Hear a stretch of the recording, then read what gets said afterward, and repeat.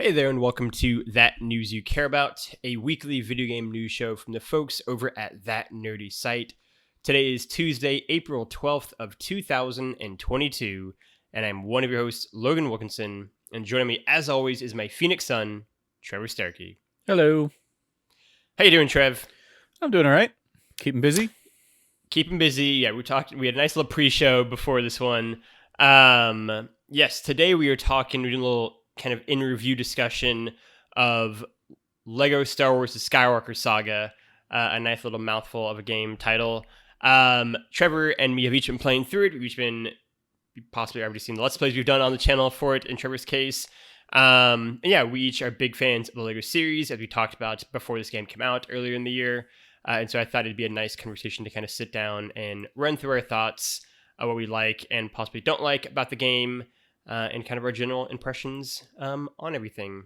Trev, I think we'll kind of throw it to you quickly, kind of the quick back-of-the-box thoughts on what do you think of LEGO Star Wars Skywalker Saga so far? Really enjoying it. It is a lot of fun. I have played through the entire main campaign. I've 100%ed all of the levels in the prequel and original trilogies. Nice. So I still have some like cleanup to do of mini kits and challenges and stuff in the sequel trilogy. And then I've done I have a lot of stuff to do in the like open worlds on the different planets and stuff. Yeah. Per my save file, I looked it up before we started recording. I am at 63.19% overall. That's not bad.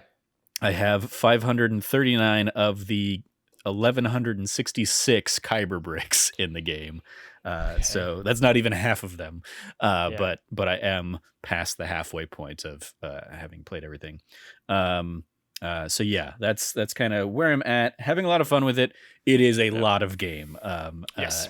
As per all that, because that's all with having put a significant amount of time in over the last over the weekend and then some for me, and to like still have so much to do and know that like there are some of the like I think 24 planets over the like that you unlock throughout the game.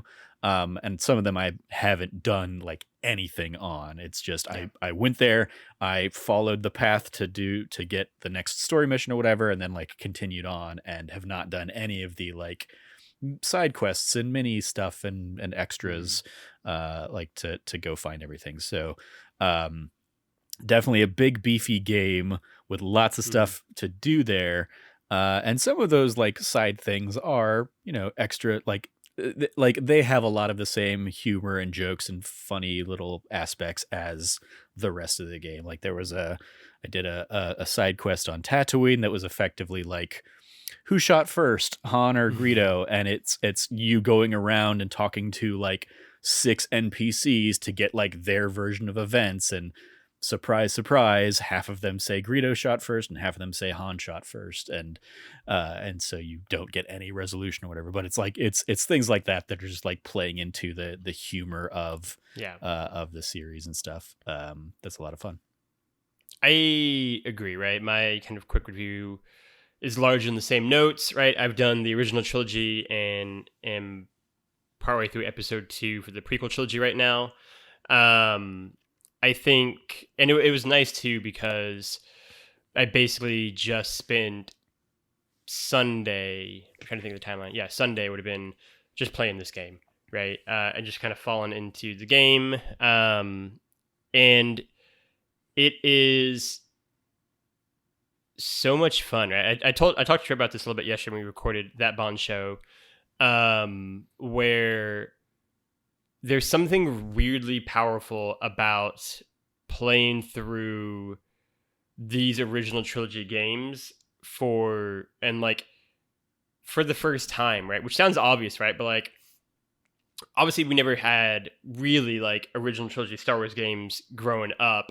The only ones we got were like the Lego Star Wars games of the time, and that was 16, 17 years ago, and they obviously looked very different, right? And to kind of be in Luke's home on Tatooine, right? And like looking up and like there's like the domed roof, right? And there are the stairs and we're in like the droid shop, right? And all this kind of stuff. And I was like really struck. Like I literally just like stopped for like a minute or two. I'm just like, holy shit! Like I am like Luke Skywalker in his like home before he goes on this amazing journey. And it helped that like the character description for Luke for episode 4 was like very like sweeping and very like well written. It was like, oh shit, yeah, like we were about to go on something that is gonna like change his entire life and he's no idea yet. It was like really powerful and like really hit me as like someone who loves Star Wars and obviously loves Luke as much as I do. And like get into play through those beats in episode 4, right? And kind of trace Luke's arc from there to then being on Hoth, right? And doing everything with that and Dagobah and anything in episode 6 I would have freaked out about, but obviously the whole experience is great, right? And I think one of the things I mentioned yesterday when I was talking to Trevor is like how huge the worlds are, but also how small they are, where like you pop out of like the homestead on Tatooine and turn around and like there's Mos Eisley and like there's the cantinas and there's like everything right there, so you can get distracted so easily and just like immediately see this entire world that feels so Lego alive.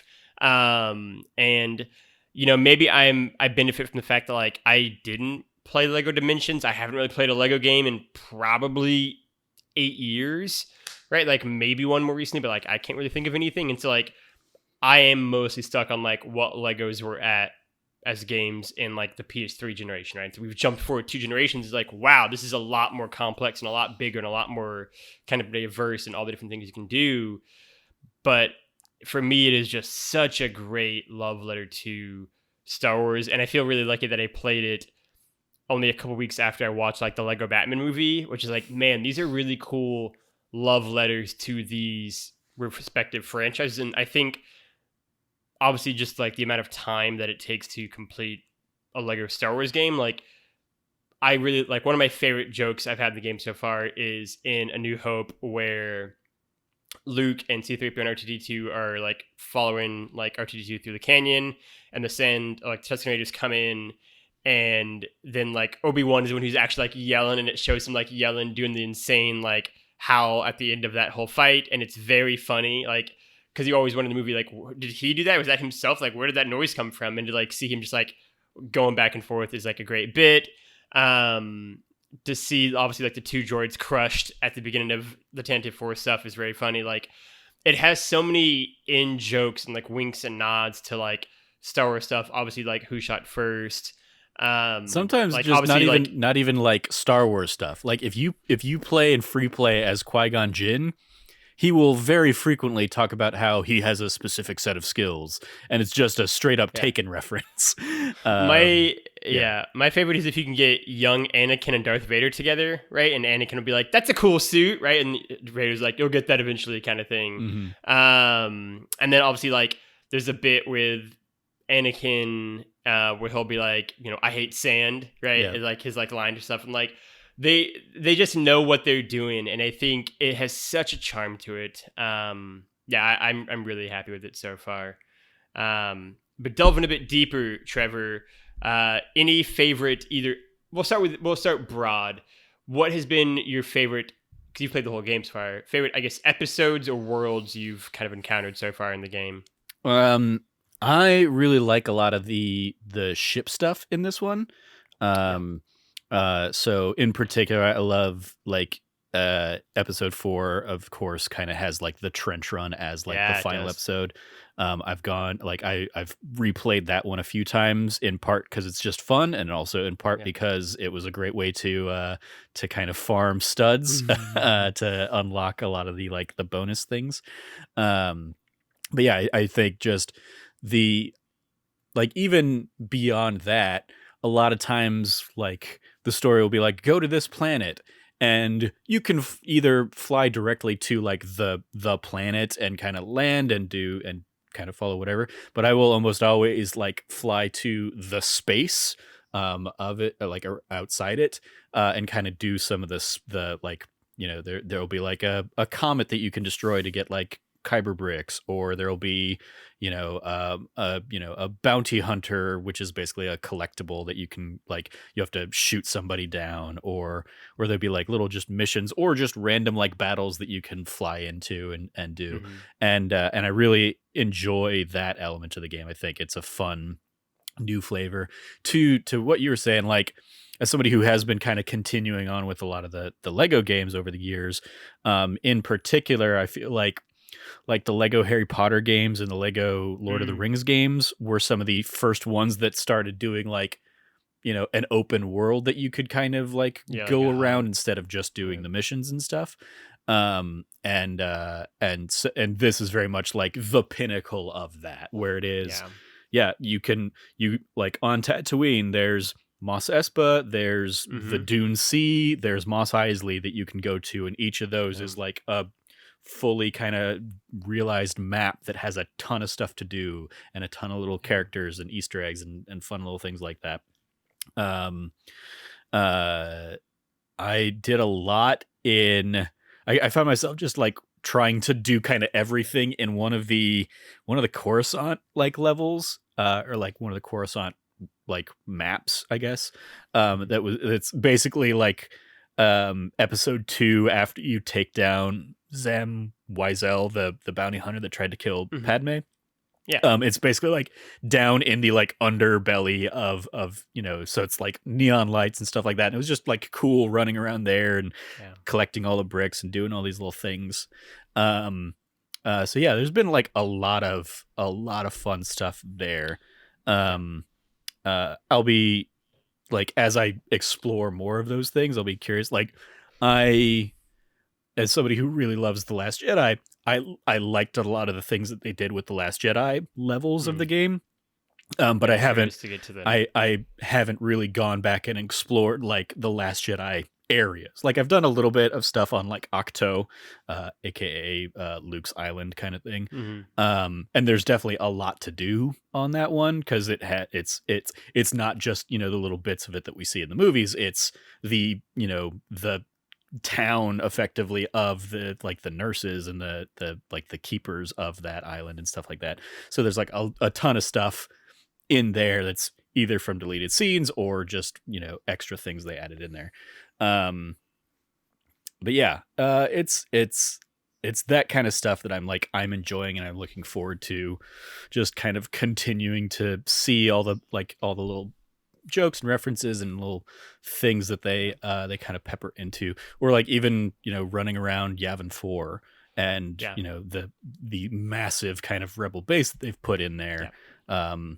Or, you know, when I go back to Hoth and kind of do that, like I'm excited to, now that I'm almost done like 100%ing all of the campaign stuff, just like exploring all of those extra levels. Because like you said, like Tatooine is really cool, running around the Lars homestead basically. And then like in that same map you can run from there over to Obi-Wan's house or over to Jabba's palace, and you can kind of like explore and do little, you know, side quests and stuff kind of all around those areas, or and also like the Tusken Raider village is also in that same map. So there's like a ton of stuff to do there. That is which is befitting of Tatooine's obviously prominent place. Yeah. I think for me, hearing you talk about it has made something click for me, which is, you know, for years I've talked about how my dream video game project, if I could do anything, was to do a Hogwarts game where you're there for 7 years and you slowly build up those relationships and characters and, you know, that whole thing, and go to Hogsmeade and all this kind of stuff. What I never really considered, because I don't even know what it would have been, is in a lot of ways this game, which is to give me an open world Star Wars saga game, right? Where it is that you're going through each individual episode, but you can just go off the beaten path and explore Tatooine, and now you can explore, you know, Yavin or Hoth or Endor or Alderaan or Coruscant, or not Alderaan, I guess, but Coruscant and all these other places. It's right? a shame that like they didn't find a way to put a prequel era Alderaan in there. But then, I guess you would have to explain why you can't, like, there's nothing to do there for two trilogies, the last 2/3 of the game. Yeah.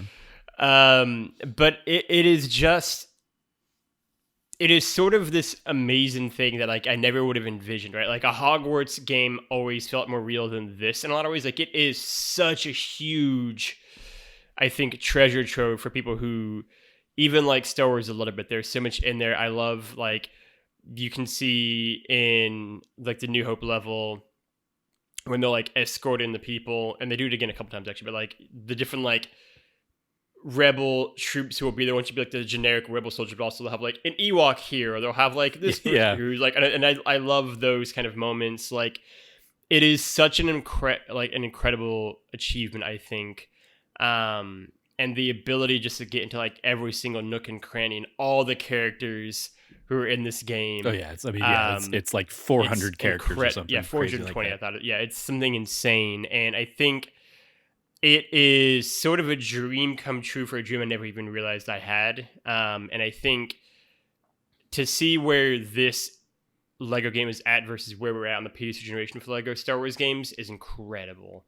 And like, I almost don't even like, this is the like AAA version of this game that I would want, right? Like I don't need high resolution character models, right? Like it being a Lego version allows it to, I think, keep that sense of fun and joy to it that Star Wars should have at the end of the day, right? Like Gene Park from the Washington Post had like a whole thread on this because he's someone who, after Rise of Skywalker, was basically like, I am so burnt out on Star Wars, I can't even care about anything they're doing now.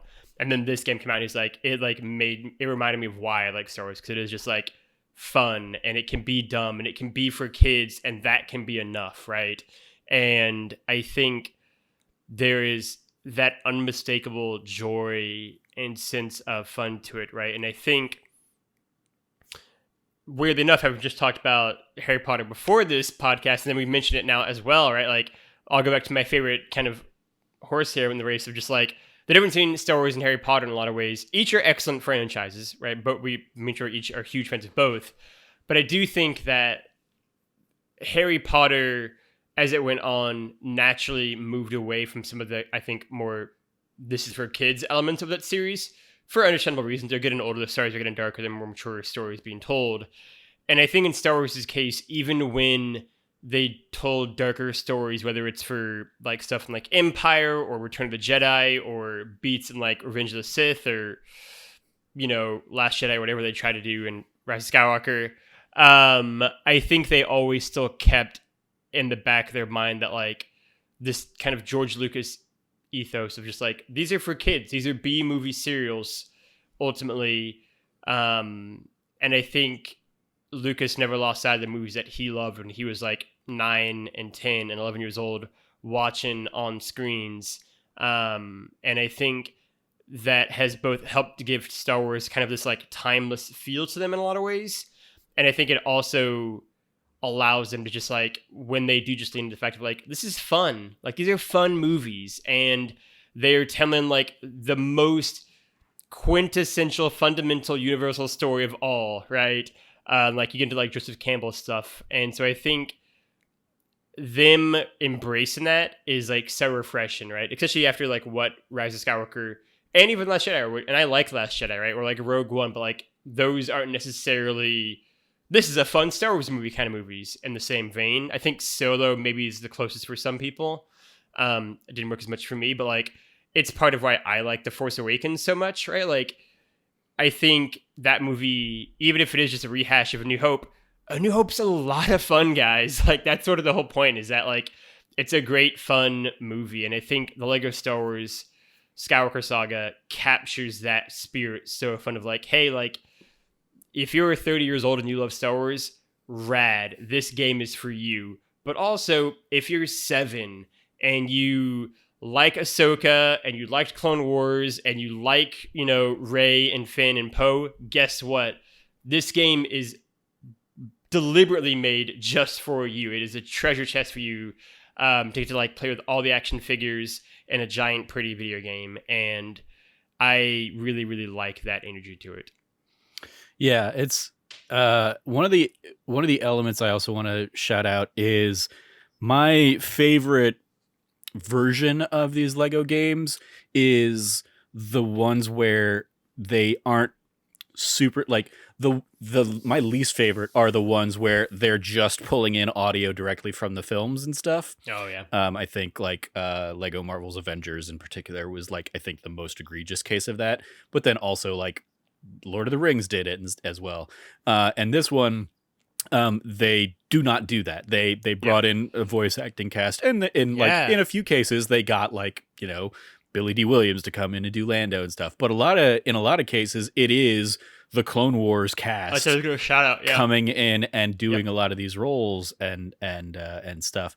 And I think because of that, they're allowed to play around with pacing and do the jokes that they want to do instead of having to try and squeeze something in to like, well, we have to fit this audio file because we have to just lift it straight up from the movie.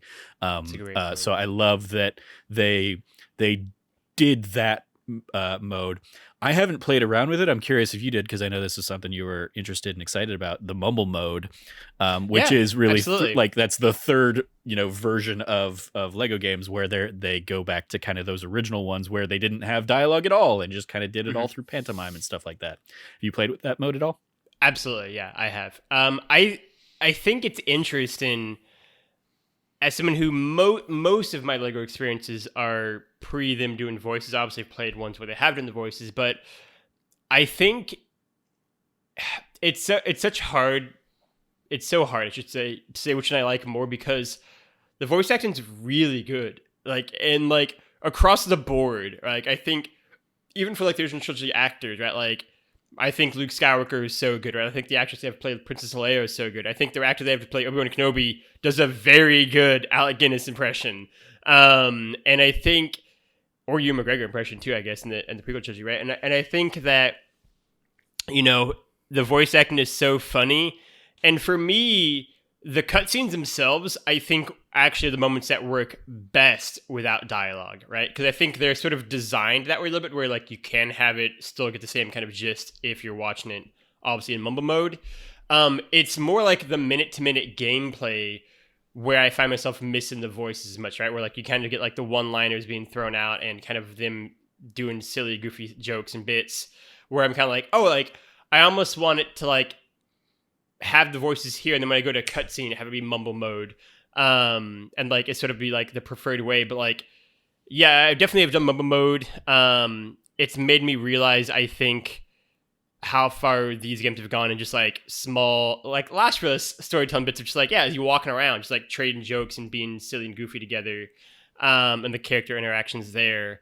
I definitely enjoy that mobile mode is there. I definitely enjoy that it's an option, and I think maybe once I beat the main campaign proper and I'm just going through to collect shit, I might just put it on mobile mode because I'm I've gotten this now. Mm-hmm.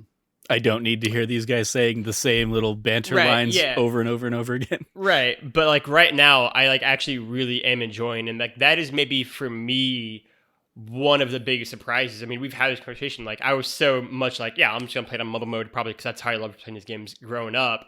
And now it's the voice acting is so good, and there's such an investment, I think, in showing that off. And that while I love the fact they have mobile mode as an option, and I definitely have used it and will continue to use it, the voice acting is too good, not, at least for my first playthrough, not to want to hear them say all the lines. And maybe for when you get to certain movies, maybe when I get to Rise of Skywalker, I'll just be I don't need to hear anything in this movie, just mumble mode the whole thing. Mm-hmm. But for right now, in the original trilogy and the first three prequel movies, I want to hear the jokes and the gags and the goofs they're doing.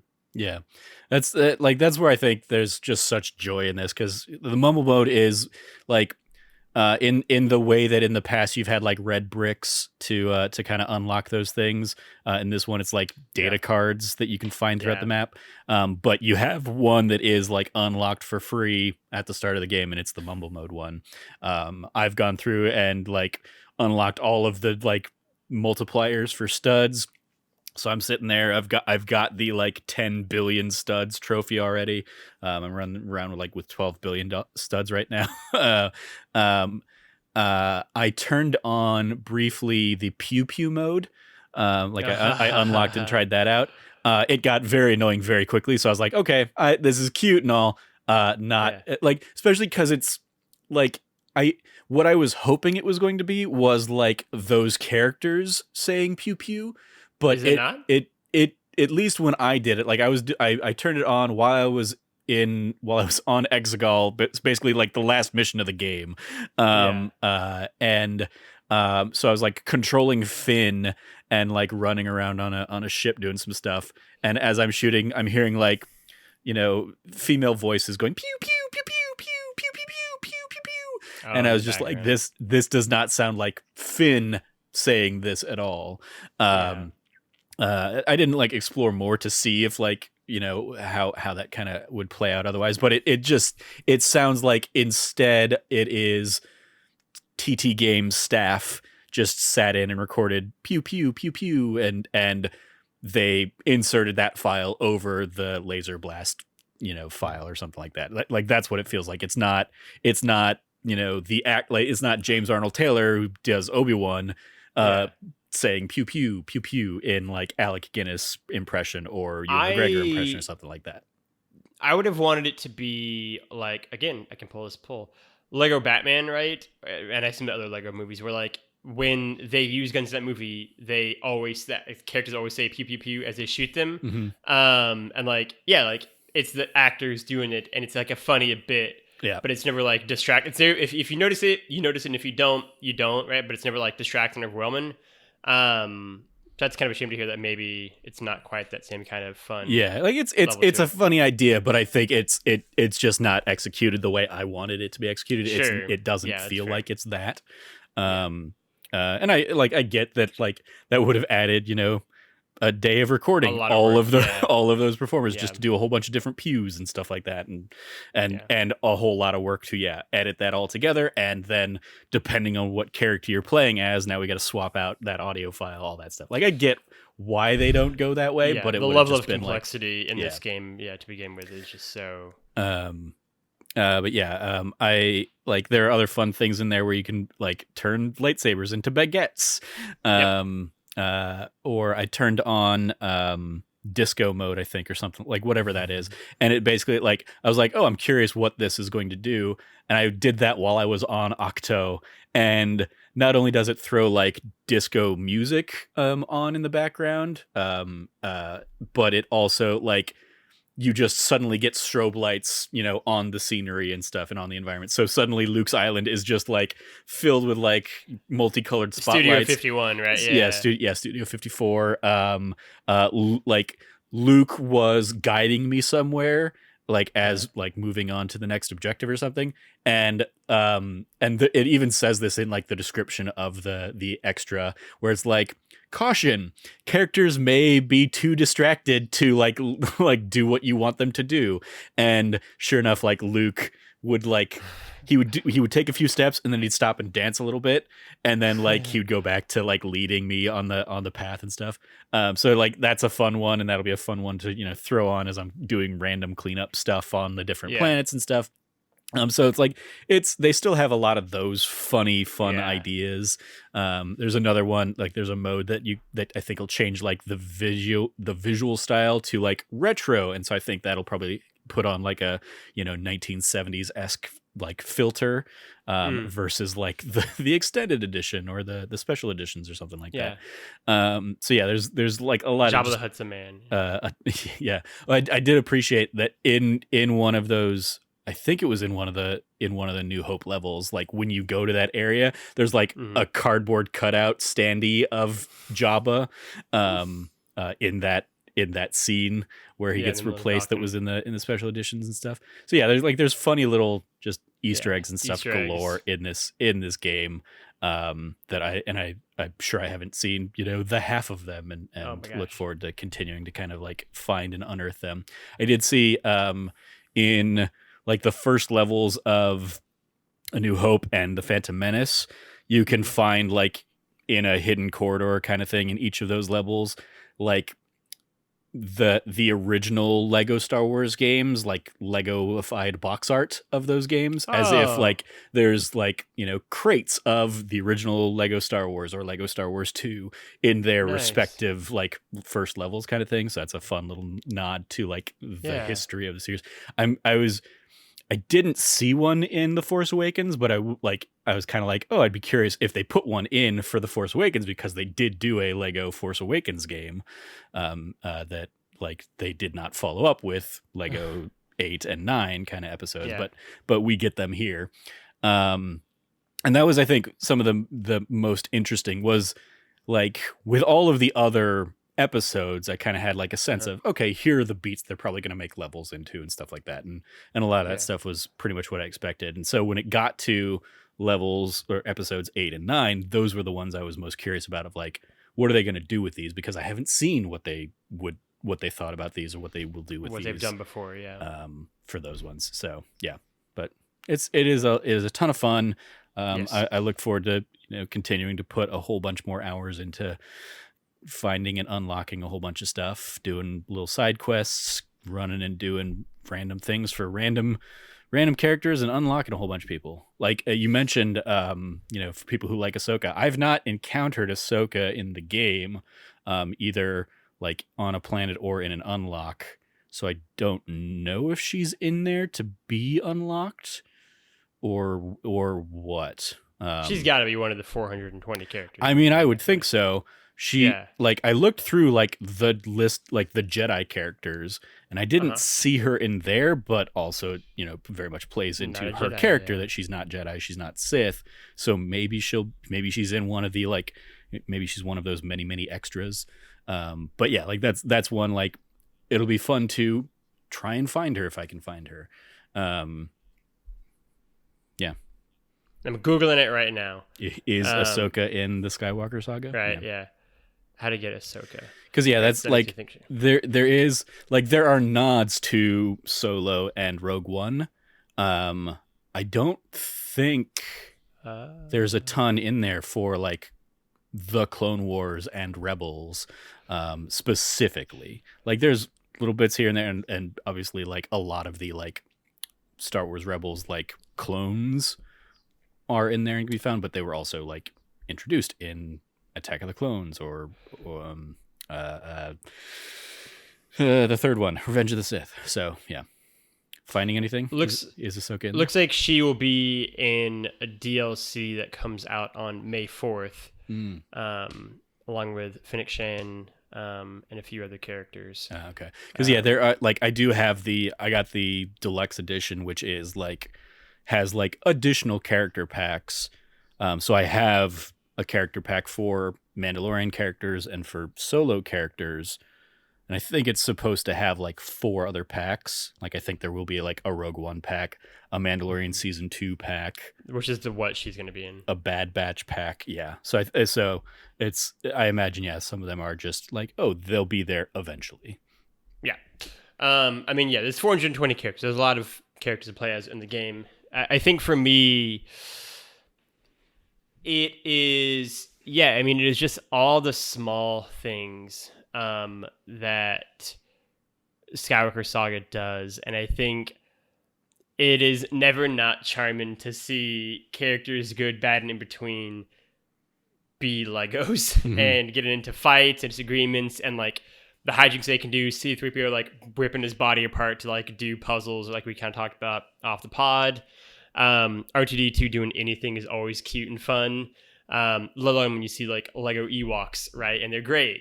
And I think Babu Frick is a fun one. Right? Once you find Babu Frick, just very tiny little character.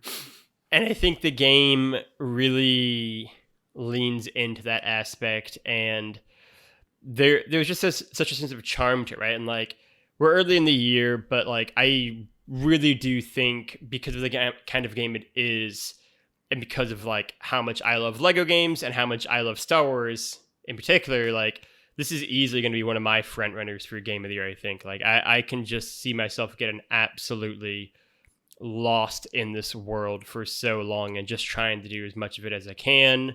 And I think, unlike other games that will come out this year that'll be amazing, possibly if we get, God of War 2, et cetera, like, this is a game where I feel like the entire time through I'm playing it, even when I'm grinding, I'll just kind of have a smile on my face, right? And just be enjoying myself. So I'm definitely super, happy and excited with my time with Lego Star Wars Skywalker Saga so far.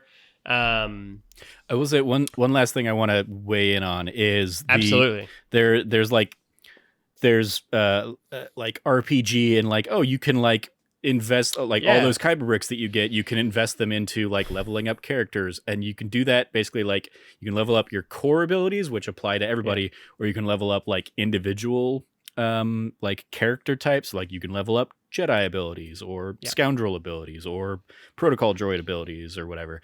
I went through the entire game without pouring the entire campaign without pouring a single point into any of the class specific ones. I just put everything into like the only ones that like ended up even really being like valuable were like some of the first ones you can do where it's like, okay, run faster, fast build mode, and and there's like a third one in there that's basically like that was helpful too. And everything else is just like, okay, I'm doing these because I've got hundreds of kyber bricks to dump.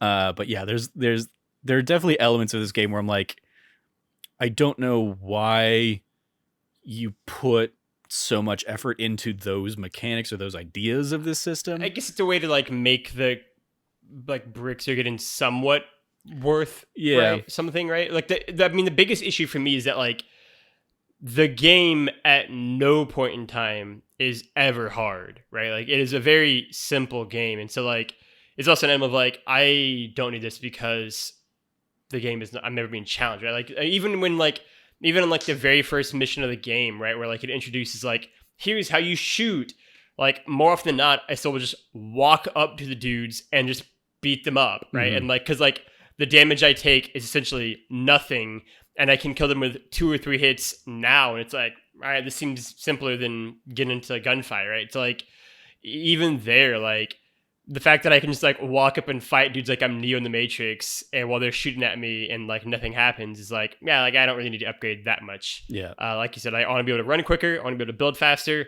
I'm pretty set after that, right? And so, I think that is an element of maybe. Oh, the stud magnet. That's the third one. That's like really beneficial to get early on. Is so like, you break something and the studs just come to you. You don't have to like spend the time kind of pursuing going in a circle. Around. So, I think. That's a weakness. Yeah, go ahead. Yeah, the element of just like the game, I was going to say, like just the element of the game being maybe for kids, just how easy it is, and the fact that like there's nothing that can really be done to address that. It's just like, like the game's easy, you're going to get a lot of bricks quickly, and so we wanted to have some sort of thing for you to spend that money on. Yeah.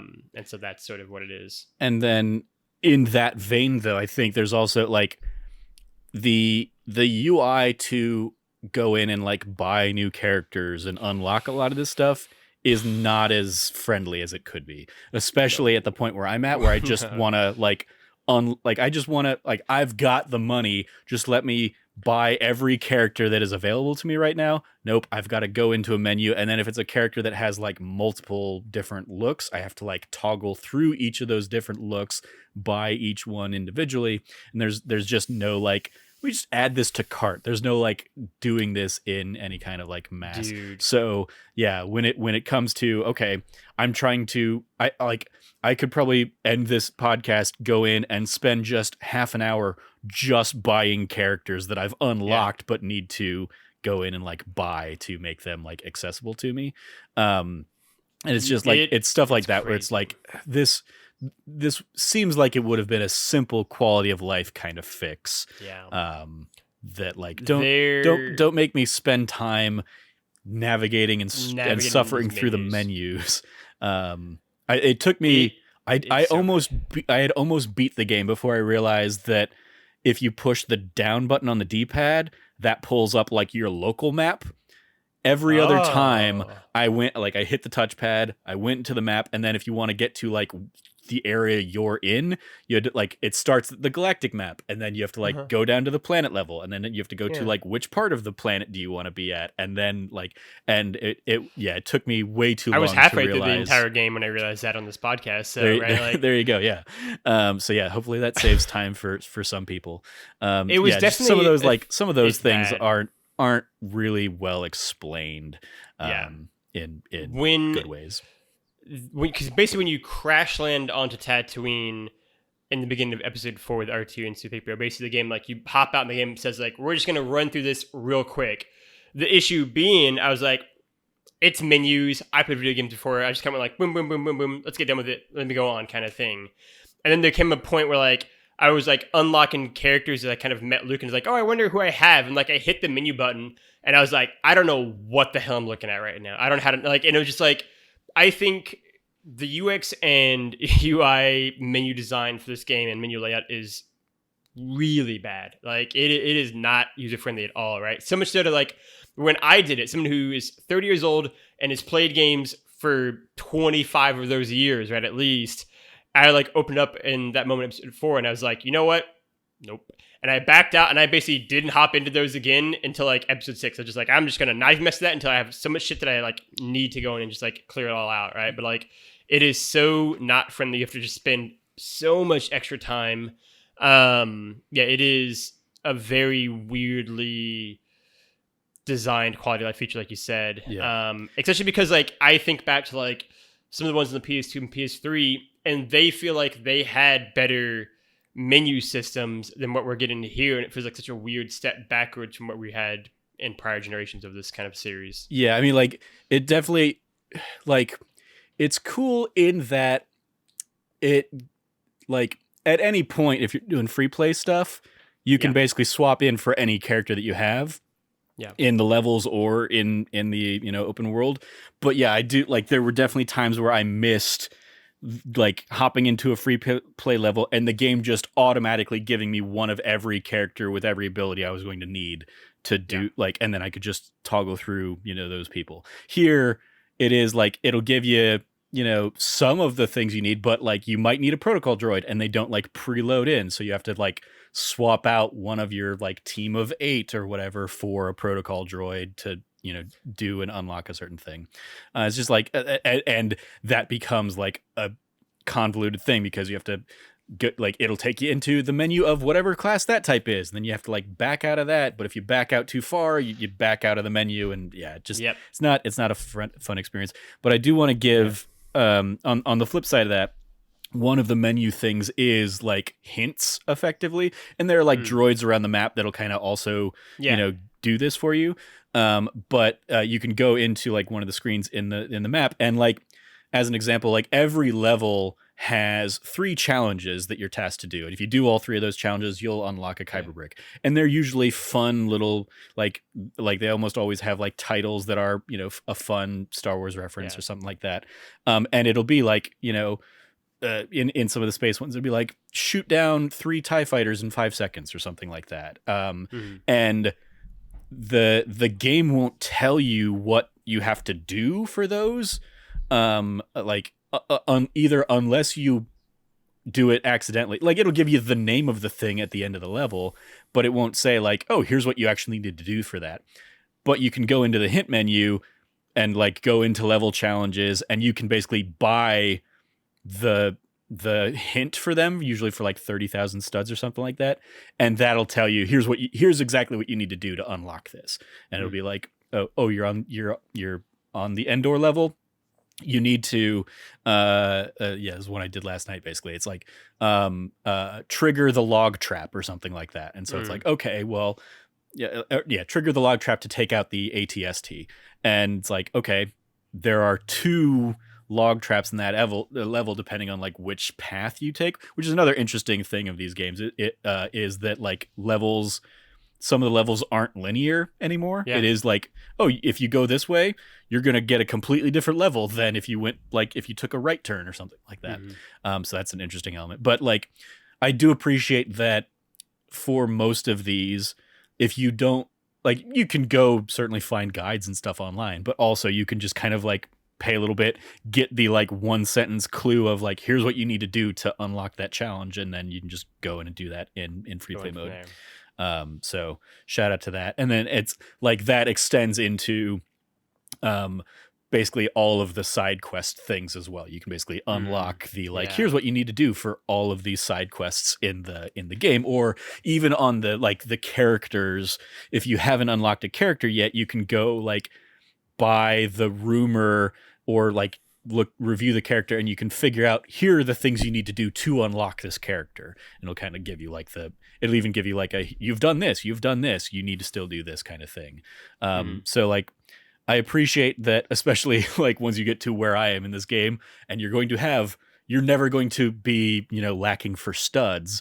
If you Mhm. really wanted to, you can go in and buy all those things. But again, they Yeah. don't make it easy to just like, if I could just put all of my money and say, just show me everything, just unlock every Yeah. hint and every clue in this game, like give me a like buy Do it all like that, option, or right? even like a Yeah. buy all on this planet option or something like Yeah. that. And it just like it doesn't do that. So there's a lot of Yeah. like, there are a lot of like, oh man, this is Small quality it's tweaks. it's the same thing I feel like now when I play like a Destiny or an Avengers kind of game, where it's like Mm. the 1 second it takes me to like dismantle equipment I'm not using, if I'm doing that every time after if I'm dismantling thousands of pieces of gear, that is minutes and minutes and hours of time that are just me sitting there holding a button down waiting for a inventory management to like go away, and like that's just Right. not engaging gameplay. Circle to It's not, slowly load up from you yeah, holding square, right? yeah. It's those things that's just like, this isn't fun. Come up with a better way to do this, or don't give me or give me more slots so I'm not having to do this like every single freaking time. So it's that kind of like feeling of, let me have more time doing the fun things of your game. Yep. Let me spend less time doing this busy On work the stuff. chores and maintenance. Yep, exactly. 100% agree. On the whole, though, Lego Star Wars Skywalker Saga is fantastic. I think we would each strongly recommend it. Yeah, it is a fantastic video game so far. I encourage everyone to check out, even if you really like or don't like Star Wars. I think there's so much to enjoy in this game. Trevor, any other final thoughts other than saying it's fantastic and a great Star Wars love letter? All of that. I also do want to I don't want to brush aside the episode we did a couple months back that discussed like the crunch at the studio, that I'm glad that the end product ended up, so solid and is seemingly being very well received, and there's a lot of love in this, and so hopefully that ends up being worth it for a lot of those developers. But more than that, I hope that like the environment at that studio has improved and will continue to improve, and I hope that they get the opportunity to continue improving in good and interesting ways, especially because I know one of the things that article brought up was this idea that like Lego might be shopping, around to other studios for other games and stuff like that. And, what would happen to TT Games if suddenly they didn't have, the Lego license to be making these games and stuff. And I saw in the last day or two, like Lego investing billions of dollars into Epic Games, so seemingly we're gonna get like a like Lego version of Roblox or something like that. And what is that going to mean for TT Games? I hope that like studio life is improving over there at TT Games, and I hope that the team that went through tough stuff, I hope that they're at least getting to enjoy I hope they're getting to reap the benefit of what they've sown. Yeah, I just shared it in the Slack, and it'll be in the show notes as well.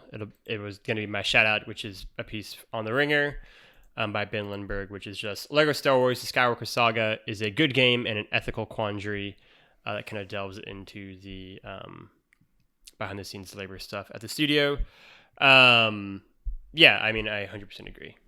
Hopefully things have improved, so that if they ever do, I mean, I don't really know what you even do for Lego Star Wars Skywalker Saga 2, but any future Lego game or just any future endeavor TT Games is in general, hopefully it is a far smoother and more pleasant experience working on those games.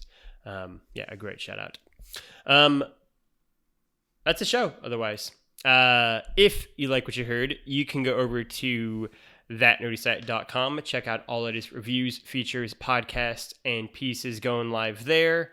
You can also go over to the YouTube channel, youtube.com/thatnerdysite, hit the like and subscribe button, ring the little bell notification to get notified when a new video goes live Monday through Saturday. Leave a little comment. Tell us what you think of Lego Star Wars Skywalker Saga. Who's your favorite random character in there? Make it a good one. Mine's always been Greedo. I really loved Greedo as a kid. It was one of the first action figures I ever had. So let me know. Otherwise, you can go over to the podcast service of your choice. Like and subscribe to the feed. Rate and review us on iTunes. Give us 5 stars. Leave a nice little review and comment for us there. Finally, you can go find Trevor at Trevor J. Starkey on the internet. Trev, anything that you want to plug? I will plug the Let's Play of Lego Star Wars, or I played through the first level of A New Hope last week, as well as our Let's Plays this week that are remaster themed. Let's see. Today's Let's Play, the Let's Play on Tuesday was Chrono Cross. And then the Let's Play on Thursday of this week is going to be SpongeBob SquarePants Battle for Bikini Bottom. Oh, you actually did it? Great.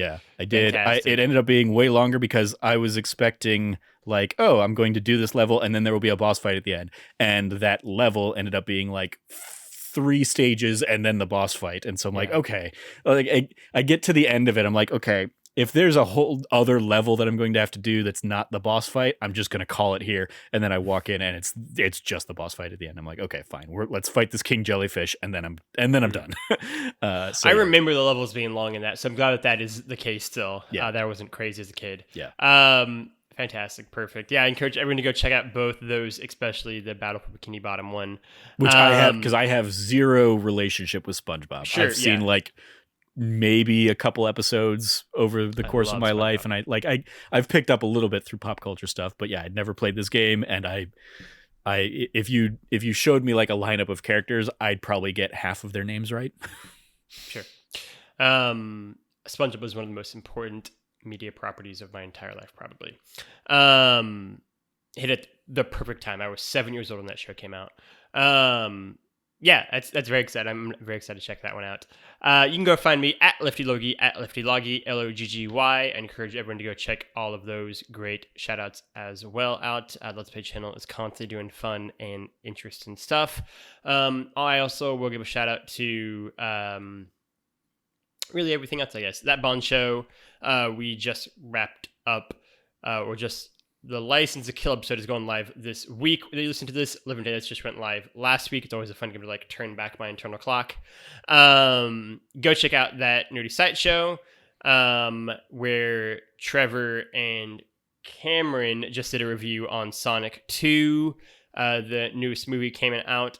And then go check out that D Plus show where we just had the Turning Red episode of Pixar Week go live. And tomorrow when you listen to this will be Friday when you listen to this. Because we record on Thursdays. Friday when you listen to this, you can go check out the episode on Luca.